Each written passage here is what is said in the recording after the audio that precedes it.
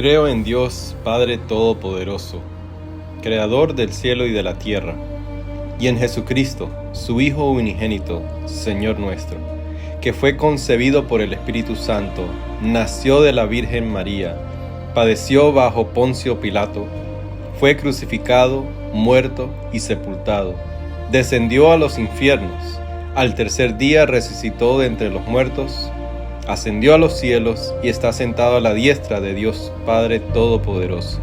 Desde ahí ha de venir a juzgar a vivos y a muertos. Creo en el Espíritu Santo, la Santa Iglesia Católica, la comunión de los santos, el perdón de los pecados, la resurrección del cuerpo y la vida eterna. Amén.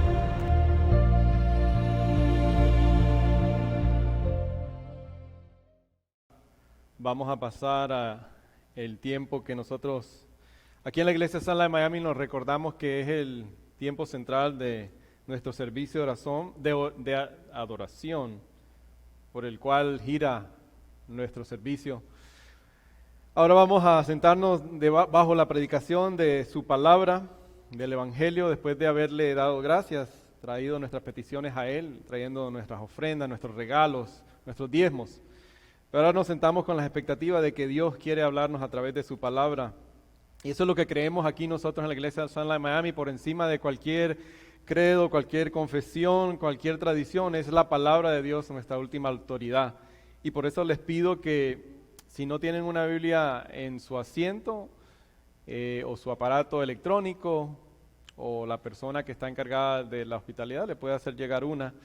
Pero hoy vamos a continuar en la serie que hemos titulado Yo Creo, la cual nos ha venido enseñando, y lo hicimos intencionalmente en todos los ministerios de Sunlight Miami, porque estamos celebrando de cierta manera el año del discípulo. Y por eso empezamos con esta serie, con esa intención de que ligeramente basada con el credo apostólico, esta serie nos enseña lo que creyentes por años, siglos, y lo hemos dicho semana tras semana para clarificar eso, ¿no? Para que no haya ningún malentendido, que no estamos predicando el credo, sino ligeramente basado del credo, porque creemos que hay enseñanzas esenciales dentro del mismo credo que nos apuntan hacia la palabra de Dios, que es por encima de todo nuestra autoridad. Y en esta semana nos vamos a estar enfocando en esa frase que pueden ver ahí en su pantalla, que es que yo creo que Jesús sufrió, basado de la frase que nos dice que Jesús sufrió bajo Poncio Pilato. Y esta verdad es sumamente importante por muchas razones, y usted se va a dar cuenta a la medida que vamos desarrollando el tema, va a ver la importancia de esa frase y qué implica para nosotros, lo que ya vimos hace algunas semanas atrás, del hecho de que Jesús en su humanidad, completamente hombre, completamente Dios, Él sufrió, se relaciona con nosotros porque Él sufrió. Y yo creo que esta enseñanza es un regalo para cada uno de nosotros. Y espero, ha sido mi oración, que usted se lleve un regalo en esta mañana al reconocer y entender qué significa para nosotros que Jesús sufrió. Y vamos a ver en Primera de Pedro, capítulo 1, versículos del 3 al 9, pero nos vamos a estar enfocando específicamente en el versículo 6 y 7. En Primera de Pedro es unos libros, déjenme dejarle eso claro, uno de los libros en la Biblia, en el Nuevo Testamento específicamente, que nos ayuda cómo lidiar, cómo tolerar, cómo navegar las pruebas, el sufrimiento en esta vida. En el Antiguo Testamento hay varios libros como el libro de Job, pero en el Nuevo Testamento, Primera de Pedro es uno de esos libros. Así que vamos a orar y después vamos a leer la palabra de Dios todos juntos. Amado Dios, gracias por este tiempo que podemos estar delante de tu presencia adorándote, exaltando tu nombre.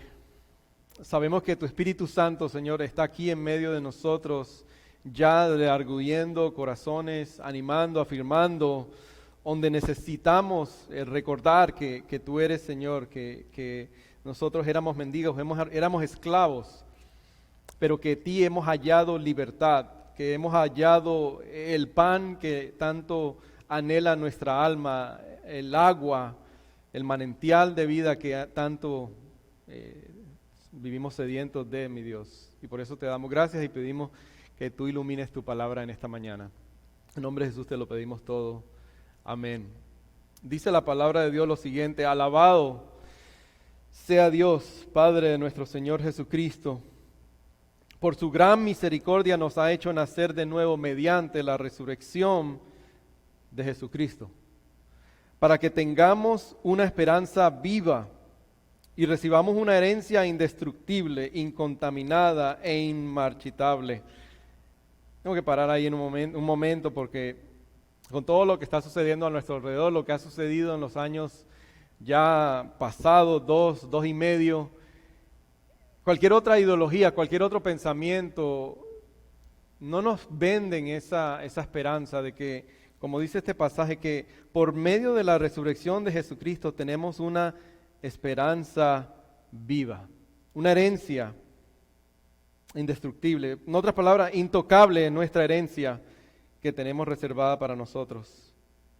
Seguimos leyendo. Dice, tal herencia está reservada en el cielo para ustedes, a quienes el poder de Dios protege mediante la fe, hasta que llegue la salvación que se ha de revelar en los últimos tiempos. Aquí están los dos versículos que nos vamos a enfocar primordialmente. El versículo 6. Esto es para ustedes motivo de gran alegría. Todo lo que acabamos de leer hasta ahora.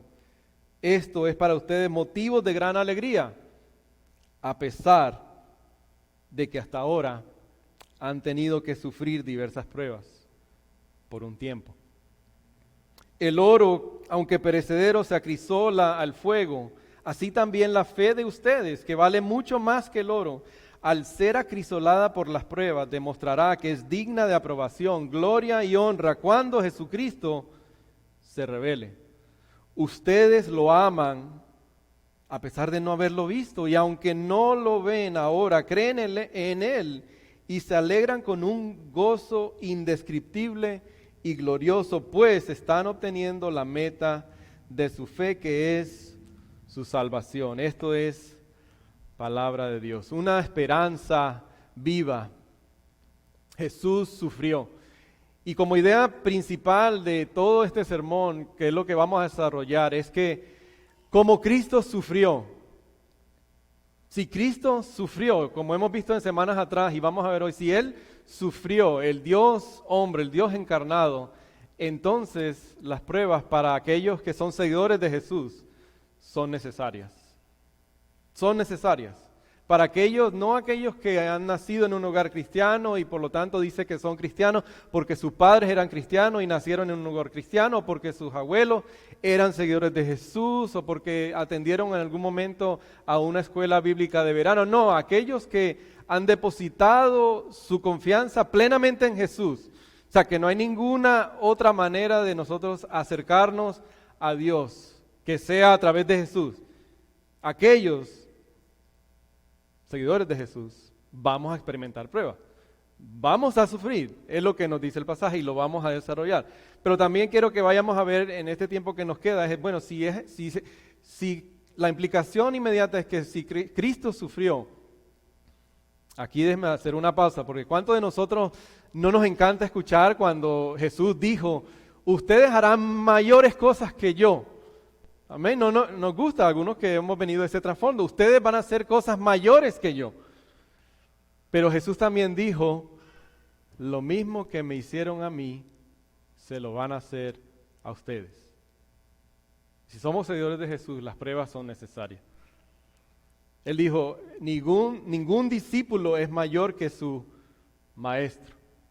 Entonces las pruebas son necesarias, pero si son necesarias, yo creo que Pedro quiere transformar ese paradigma en nuestra mente de que nosotros podemos pasar por los valles y a la misma vez podemos estar en la montaña y podemos regocijarnos y alabar a Dios tanto en las montañas como en los valles o en el desierto, como usted le quiera poner. Podemos alabar y regocijarnos, como nos dice todo este pasaje, porque tenemos una esperanza viva tanto en el valle como en las montañas.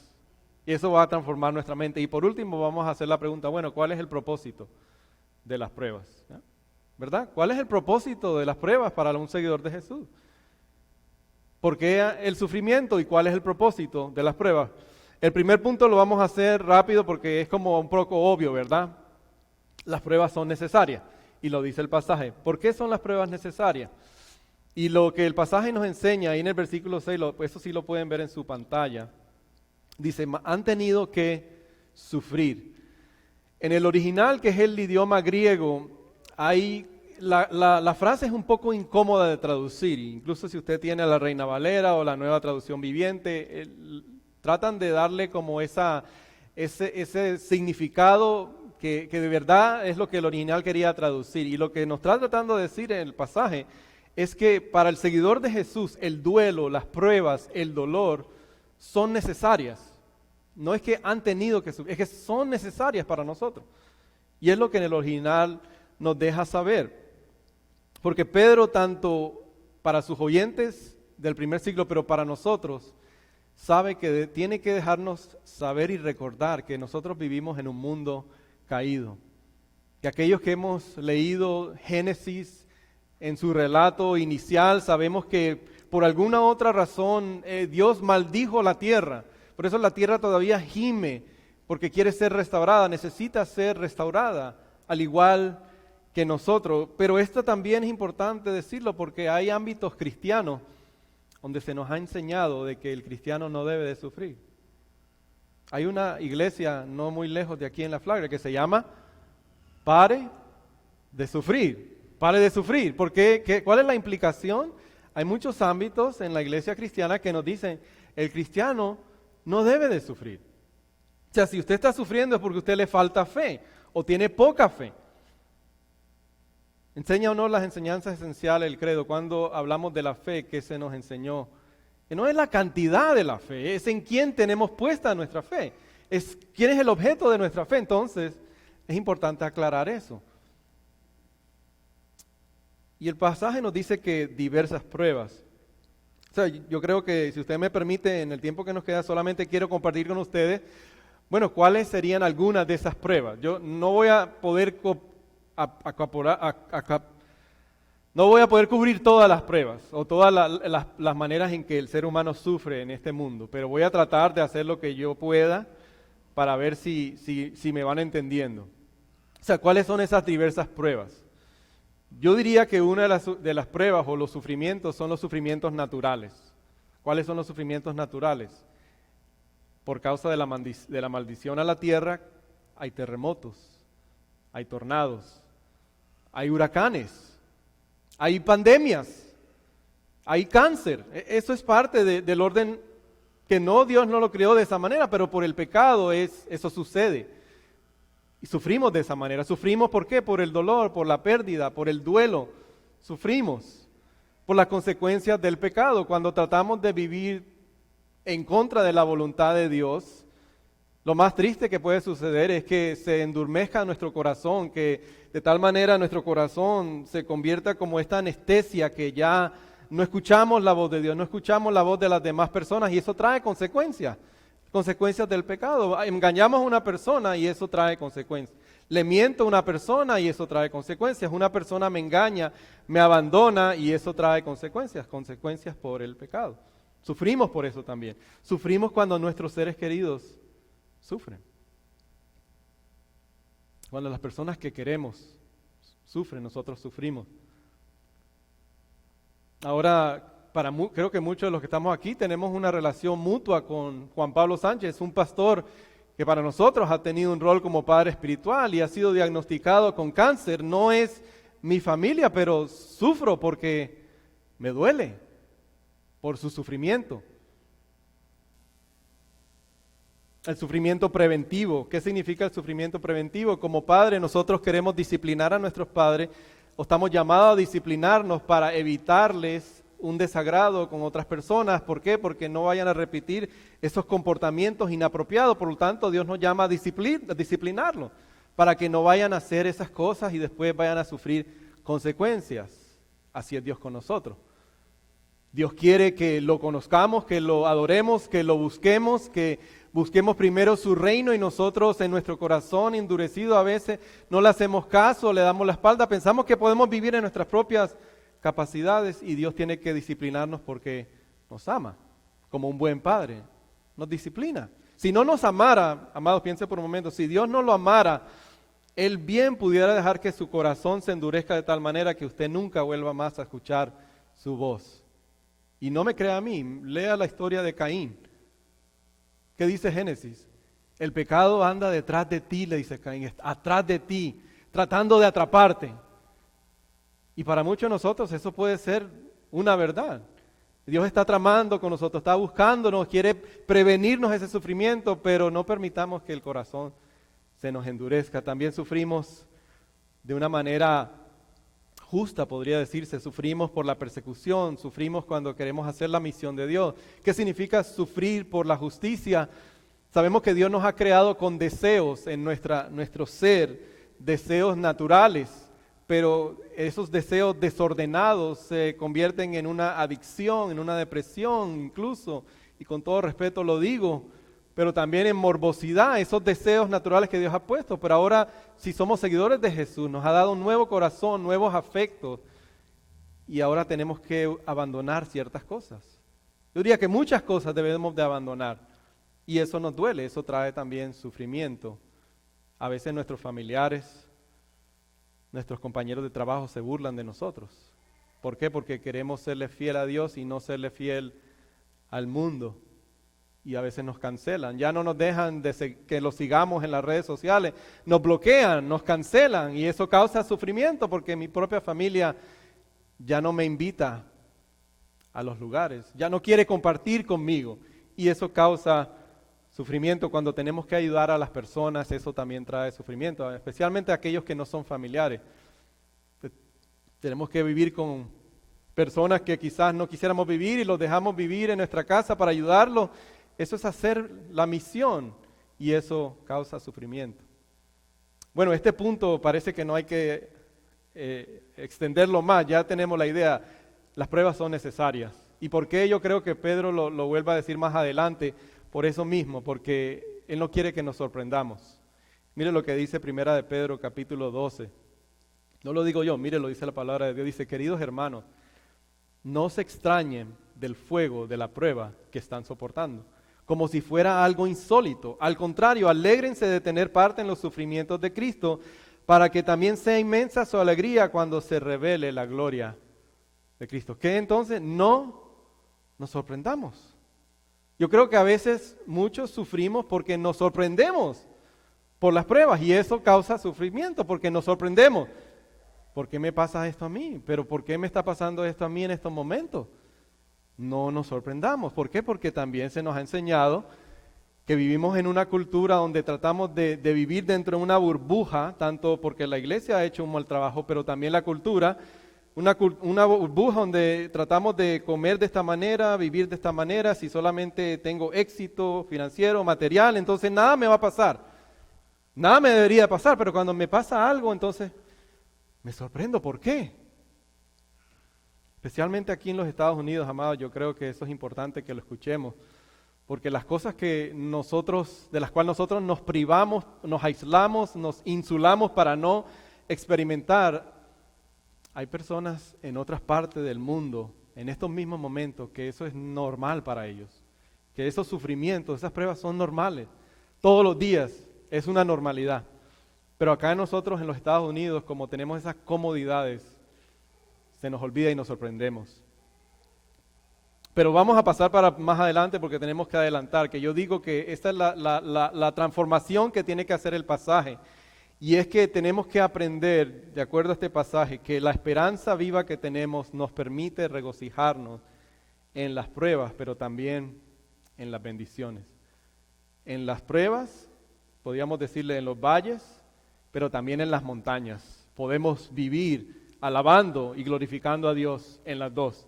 Porque este pasaje nos presenta esa idea. En el versículo 6, si usted lo puede volver a leer, dice, esto es para ustedes motivo de gran alegría, a pesar de que hasta ahora han tenido que sufrir diversas pruebas. Esto para mí es novedoso, porque yo lo confieso, para mí mi idea es que no, hay momentos de bendición, de éxito, y ese es el favor de Dios, ese es equivalente al favor de Dios porque todo me va bien, estoy en las montañas, pero también hay momentos en el valle donde vienen las pruebas, las dificultades o el desierto, pero nunca pueden pasar las dos a la misma vez, nunca pueden coexistir las dos. O tiene que venir una o tiene que venir la otra, pero el pasaje nos está dejando ver de que sí es posible, que en medio de las pruebas, como le dice, ustedes están pasando en este momento, en el tiempo presente, ustedes se regocijan, ustedes tienen alegría, tienen gozo. ¿Y por qué lo podemos hacer? Porque el pasaje nos dice que tenemos una esperanza viva. Pero por eso yo digo que eso es importante, específicamente este punto, de transformar nuestra mente en el hecho de que saber que cuando usted piensa por un momento en los momentos más tranquilos de nuestra vida, piense, hágase un retrato imaginario. Un buen trabajo, su carrera se ha desarrollado, tiene éxito, tiene paz. Los momentos más tranquilos, los momentos de las montañas, las bendiciones, siempre había algo ahí un buen trabajo, un familiar recibe una llamada inesperada del oncólogo, del cardiólogo. La familia está prosperando, está creciendo y de repente es como que siempre hay algo en las montañas, pero siempre hay algo que nos recuerda. Y en los momentos más difíciles de nuestra vida, piense, hermano, los momentos más oscuros, los valles más oscuros de nuestra vida, piense las cosas inesperadas que sucedieron, que usted ni se imagina por qué. Y mi pregunta es, ¿estuvo o no estuvo Dios presente en ese momento? ¿Estuvo presente o no? ¿Amén? Así que en los momentos más hermosos, de más éxito, de más tranquilidad, de más bendición, Dios estuvo presente. Nadie lo niega, todo el mundo decimos, Dios está ahí. Pero también en los momentos difíciles, Dios ha estado ahí. Siempre ha estado ahí. Entonces el pasaje nos demuestra que sí, podemos vivir en ese momento de gozo, de felicidad, de éxito, aún en las montañas, pero también en los valles. ¿Por qué? Porque la bendición, el favor de Dios nos recuerda que Él está con nosotros, pero también las pruebas en los momentos difíciles nos recuerdan cuando nos volvemos muy cómodos, cuando la comodidad nos acecha y pensamos que este es nuestro hogar, que este es nuestro destino. La prueba nos recuerda que no es nuestro hogar, que no es nuestro destino, que no nos pongamos tan cómodos, que no vivamos tan cómodos. Y creo que en las montañas y en los valles podemos reconocer que Dios está con nosotros. La pérdida de un ser querido, esa tragedia inesperada en tu vida que no esperabas, la pérdida de trabajo. ¿Quién abrió las puertas? ¿Quién fue el que abrió las puertas en esos momentos difíciles? Cuando ni te imaginabas que ibas a estar aquí, hoy presente, hoy. Hace un año, hace 2 años, ¿y quién abrió puertas? ¿Quién movió corazones? No fue porque tú eras bueno o yo era bueno, fue Dios el que abrió puertas. Entonces debemos de regocijarnos, debemos de darle gracias a Dios en las montañas y en los valles. Y por último, ¿cuáles son entonces los propósitos de las pruebas? ¿Cuál es el propósito de las pruebas? Y ahí vamos ya adelantando y llegando aterrizando el avión. El versículo 7 es importante y es algo bien importante y profundo lo que Pedro está diciendo. Miren lo que él dice: el oro, aunque perecedero, se acrisola al fuego. Así también la fe de ustedes, que vale mucho más que el oro, al ser acrisolada por las pruebas, demostrará que es digna de aprobación, gloria y honor cuando Cristo Jesús se revele. ¿Qué es lo que Pedro está diciendo? Que si usted es seguidor de Jesús, usted se va a dar cuenta y va a empezar a entender que en medio del valle siempre va a haber algo redentor en medio del sufrimiento. Siempre va a haber algún tipo de cualidad en nuestro sufrimiento que Dios comienza a hacer en nuestras vidas porque Él quiere lograr algo mejor para nuestras vidas. Algo bueno está haciendo Él para nuestras vidas, algo para su gloria. Y usted pero tiene que tener la mente enfocada en lo que Pedro acaba de decir de la cruz, que por medio de ese nuevo nacimiento me ha dado una herencia indiscutible, incontaminada, que está reservada para mí, que Dios me protege En otras palabras, lo que Pablo diría, que nada me separará de su amor. Ni lo alto, ni lo profundo, ni lo porvenir, nada me puede separar. Ni la muerte me puede separar de su amor. Amén. Pero eso hay que tenerlo en la mente. ¿Cuál es el proceso del oro entonces? Aquí tenemos algún orfebre, ¿no? Orfebre, que trabaja con el oro. Nadie sabe qué es. Bueno, yo tampoco. Lo único que me recuerdo, para ver si entendemos la metáfora que usa Pedro, es que cuando yo era adolescente, mi mamá y mi papá vendían oro aquí en los Estados Unidos y íbamos al, no se le decía orfebre, pero era el joyero. Y el joyero, ¿qué hacía? Él miraba con una lupa para ver si era 18, 14, 24, ¿verdad? Él nos decía, o les decía a ellos, es de 18, es de 14, es de 24. Pero no creo que lo que Pedro está diciendo eso aquí. Lo que Pedro está diciendo en cuanto al proceso del oro es, él dice que la fe es como el oro. Es más, dice que la fe es mucho más valiosa que el oro, porque un día va a pasar todo, va a terminar todo, ¿verdad? Una renovación de la tierra, y de la nuevo cielo y la nueva tierra, pero el oro ya no va a existir. Pero dice que la fe sí va a existir. La fe va a permanecer para siempre. Y dice que el fuego es como las pruebas. Entonces, ¿qué es lo que sucede? Y más o menos fue lo que pude investigar, que cuando un golden nugget o una pepita de oro, ¿pepita está bien decir eso? Una pepita de oro, uno la saca de la tierra, siempre trae sus imperfecciones, ¿verdad? Pero el orfebre coge la piedrita y la mete en el fuego. Y una de dos cosas pueden suceder en el fuego. O el oro se desaparece y junto con las imperfecciones, o la pesadez del oro líquido cae hacia abajo y solamente a la superficie quedan las imperfecciones. Pero el oro nunca se puede encender. Eso es lo interesante. El oro nunca va a coger en llama. O se derrite y salen las imperfecciones. Y eso es lo que Pedro está tratando de decir de nuestra fe.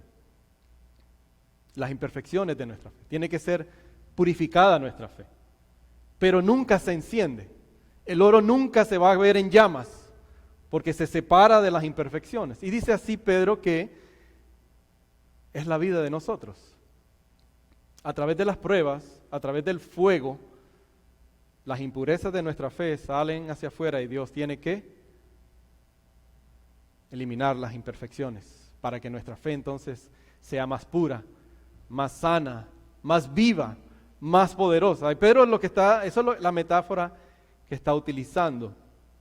¿Por qué? Porque cuando nosotros pasamos por la prueba, nosotros decimos, esto es una pérdida de tiempo.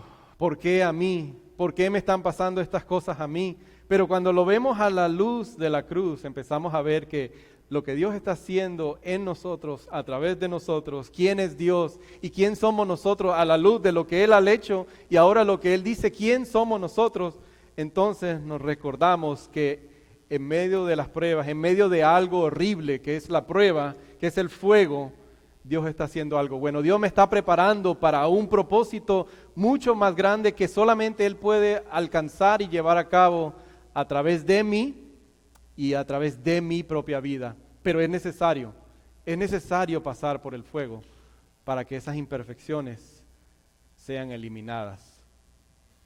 El tema de la fe, de los fuegos, del fuego, lo podemos ver en Daniel capítulo 3. Y ahora vamos a pasar allá, pero rapidito, porque ya se nos acaba el tiempo. Solamente quiero compartirles 4 razones por las cuales yo creo que Dios permite las pruebas en nuestra vida. Usted puede, como no puede estar de acuerdo conmigo, pero esto es lo que yo he experimentado, que las pruebas nos humillan. Las pruebas, el sufrimiento, el fuego, nos humillan.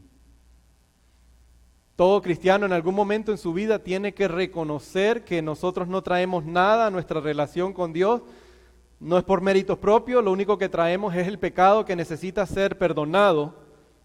Eso, para ser cristiano, para ser seguidor de Jesús, usted tiene que reconocer eso, que usted es un pecador y que no se merece nada de la gracia de Dios, que todo es un favor de Dios. Tenemos que reconocerlo, pero a veces se nos olvida con el tiempo y pensamos que no, aquella persona necesita la gracia, aquella persona pero yo no soy tan malo, yo no soy tan malo como las demás personas. Se nos olvida, pero las pruebas, el sufrimiento nos recuerda, nos humilla. Ojo, no estoy diciendo algo incorrecto, porque la Biblia dice que fuimos creados a la imagen de Dios, o sea que tenemos valor, todo ser humano tiene dignidad, todo ser humano. Dignidad y valor, todo ser humano, pero también nos recuerda que somos mortales, que somos como el pasto, que somos como la neblina, que hoy estamos aquí, mañana quizás no estemos. Somos frágiles, la vida es frágil y las pruebas nos hacen aterrizar y nos recuerdan, nos humilla, pero también nos dan una perspectiva. La prueba nos da una perspectiva de lo que es importante en la vida, ¿verdad? El sufrimiento nos recuerda qué es importante en la vida. ¿Amén o no? Nos recuerda que yo no he visto ninguna persona en su lecho de muerte lamentar por qué no trabajé más, por qué no acumulé más riquezas. No, ¿verdad? Siempre se escucha, hubiera pasado más tiempo con mi familia, hubiera pasado más tiempo con mi esposa, hubiera pasado más tiempo con las cosas que valen, las cosas importantes, las prioridades de este mundo. Y las pruebas, el sufrimiento nos recuerdan eso.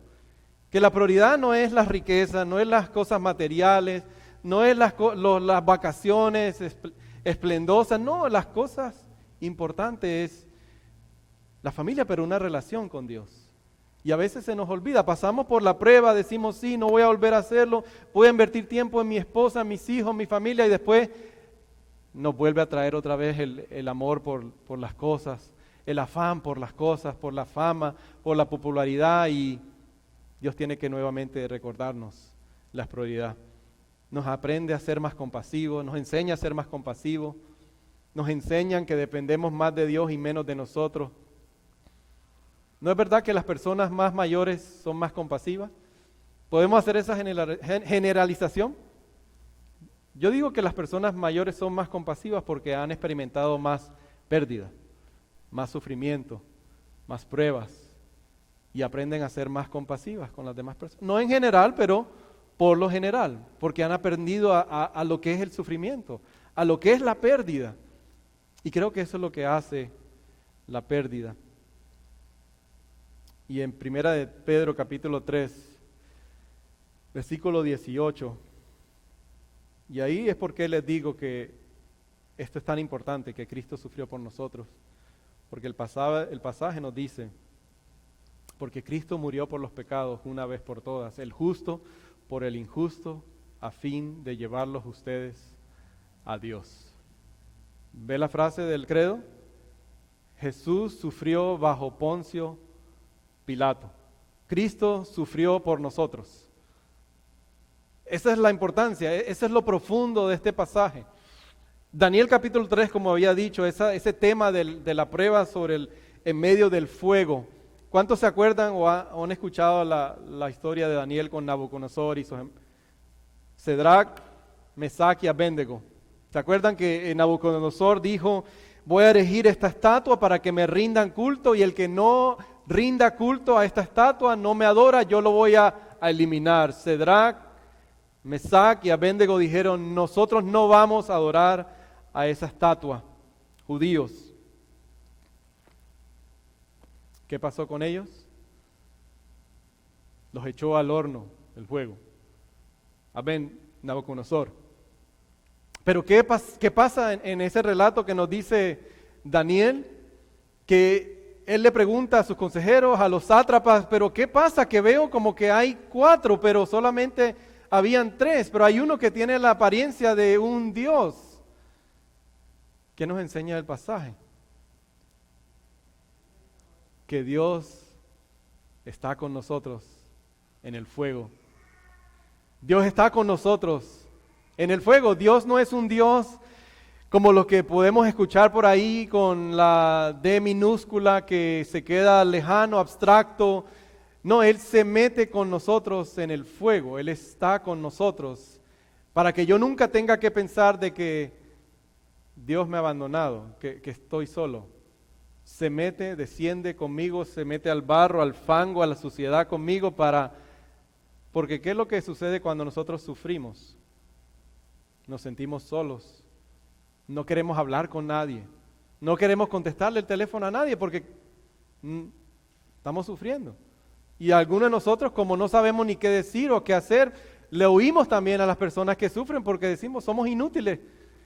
Pero Dios, Jesús es el Dios con nosotros, el Emmanuel, el que está con nosotros tanto en el fuego, pero también en las montañas. Pero este pasaje también nos demuestra que no solamente se mete al fuego, sino que Él nos lleva por el fuego, nos lleva hacia el otro lado en medio de la tormenta. Le recomiendo que lea ese pasaje, incluso termina diciendo el rey Nabucodonosor que ningún Dios salva como este Dios y crea un decreto de que todos en Babilonia tienen que adorar al Dios de Sadrach, de Mesach y Abednego. Pero ¿sabe qué es lo importante? Ahí sí vamos terminando, que vemos en esta historia de Daniel, que como Dios está con nosotros en Jesús, cuando nosotros pasamos por el sufrimiento, pasamos por un fuego refinador. Es un fuego refinador. Pero cuando usted mira la cruz, ¿qué es lo que podemos ver y recordarnos en la cruz cuando nos predicamos el Evangelio? Que el fuego consumidor de la ira de Dios en contra del pecado, la justicia de Dios, porque Él es un Dios justo, santo y perfecto, que no solamente puede hacerle así al pecado, no lo puede ignorarlo. No, Él tiene que hacer algo por su justicia. Pero en la cruz el fuego consumidor sí cae sobre Jesús. Sus pecados, mis pecados, pasados, futuros y presentes. El fuego, ¿se acuerdan la metáfora del oro? El oro es purificado, pero nunca es consumido. Nunca. Pero en la cruz el fuego consume a Jesús para que a nosotros solamente nos refine. Las pruebas solamente nos hagan mejor, nos preparen, nos equipen, nos hagan más y más y más a la imagen de Jesús. Es el propósito de las pruebas, no nos consume, ¿verdad? Las pruebas nunca nos van a consumir, acuérdese de eso. Cuando usted se siente que todo se ha acabado, que todo está oscuro, que todo se ha perdido, Jesús le recuerda, no, yo fui consumido, a mí el fuego me consumió en la cruz, para que cuando tú y yo pasemos por las pruebas, recuerda que solamente Él está puliéndonos, purificándonos de todas nuestras imperfecciones. Y termino con esta imagen, porque el pasaje nos termina diciendo, por un poco de tiempo, por un poco de tiempo. Y creo que esa es una repetición en el Nuevo Testamento que causa asombro a veces a los mismos teólogos eruditos que se dividen, se debaten, bueno, el todavía no, el ya, el todavía no, o el quizás, algo que ya sucedió pero todavía no ha sucedido, pero nosotros tenemos que pensar en cuanto a la eternidad. Algunos de nosotros vivimos 60, 70, 80, quizás 90 años, pero imagínense la eternidad.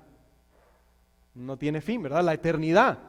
Dice, ustedes van a pasar por un poco de tiempo.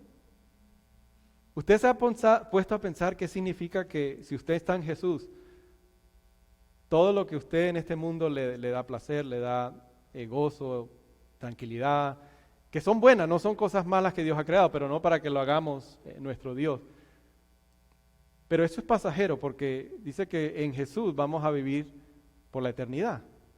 No tenemos fin, no va a haber un fin en nuestra vida, vamos a vivir y no como espíritus volando, sino físicamente. Romanos capítulo 8 está en su pantalla, dice, yo considero que nuestros sufrimientos actuales no se comparan con la gloria que ha de ser revelada en nosotros. Segunda de Corintios capítulo 4 versículo 17 dice, pues los sufrimientos ligeros y efímeros que ahora padecemos producen una gloria eterna que vale muchísimo más que todo sufrimiento. No me pusieron la imagen, pero quería... ahí está la imagen, y ahí terminamos. Michael Monsoor No sé cuántos han escuchado la historia de este soldado del Navy. ¿Nadie? Bueno, ahí lo vemos en el 2016 recibiendo la medalla de honor. Obviamente él no está ahí. Está su padre y su madre con el presidente Bush. Pero ¿por qué él no está ahí? Porque él estuvo presente en la guerra del Golfo, la operación del Golfo que se le llama en Irak en el 2016. Y los dos compañeros de él que sobreviven dicen que ellos estaban en una terraza de un edificio porque estaban combatiendo a los enemigos que estaban adelantando, y ellos estaban tratando de defender. Y en algún momento dicen ellos que cayó una granada de mano, no granada como el apellido de nosotros, sino una granada de verdad, le cae en el pecho. Y ustedes saben que cuando una granada se detona, ya hay que correr, ¿verdad? Hay que huir. Cae en el pecho y dicen los que estaban ahí, bueno, los compañeros que sobrevivieron, que él tenía la oportunidad de huir y salir sin ningún problema por la explosión de la granada. Pero lo que hizo Michael Monsoor fue que él dijo, la muerte la veo cara a cara, pero la muerte no le va a quitar la vida a mis amigos. Y él se tiró encima de la granada. El fuego lo consumió a él para que sus compañeros solamente polvo, un miedo, espanto. En la cruz Jesús ha hecho lo mismo por nosotros. El fuego consumidor a Cristo, Él se tiró encima de la granada para que el sufrimiento para nosotros nunca se va a comparar, solamente purifique nuestras imperfecciones. Padre amado, gracias por tu palabra, porque yo necesitaba escuchar eso. Porque cuando paso por las dificultades, las pruebas, ya he aprendido que no tengo que preguntar por qué. Porque las pruebas tienen un propósito en mi vida de humillarme, de moldearme, de purificarme. Porque ya el fuego consumidor te ha consumido a ti. Y a mí has prometido que solamente, no, como los amigos de Daniel, ni olían a humo. A veces yo sé que es difícil porque a veces el sufrimiento nos hace oler incluso a sufrimiento porque se nos olvida. Pero cámbianos, Señor, transforma nuestra mente. Te necesitamos, mi Dios. Yo sé que en medio de nosotros quizás, en este mundo caído, no hay momentos que pasemos en que pensamos que estamos solos, que estamos aislados, que nuestra vida incluso nos sentimos vacíos, pero yo sé que esa es tu voz.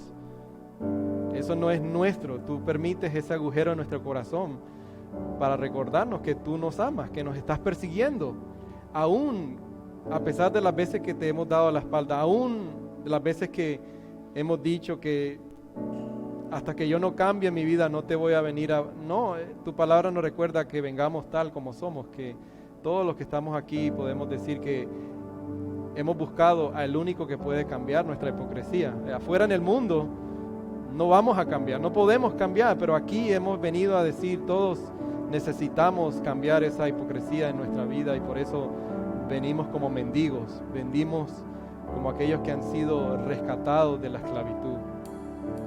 Te pido que tú obres de una manera sobrenatural aquí en este lugar, pero también en la vida de aquellos que nos escuchan a través de las redes sociales, mi Dios. Te exaltamos, Jesús, te necesitamos, mi Dios. Oh Espíritu Santo, haz la obra que solo tú puedes hacer en nuestros corazones hoy en este día. En el nombre de Jesús te pedimos todas estas cosas. Amén. Vamos.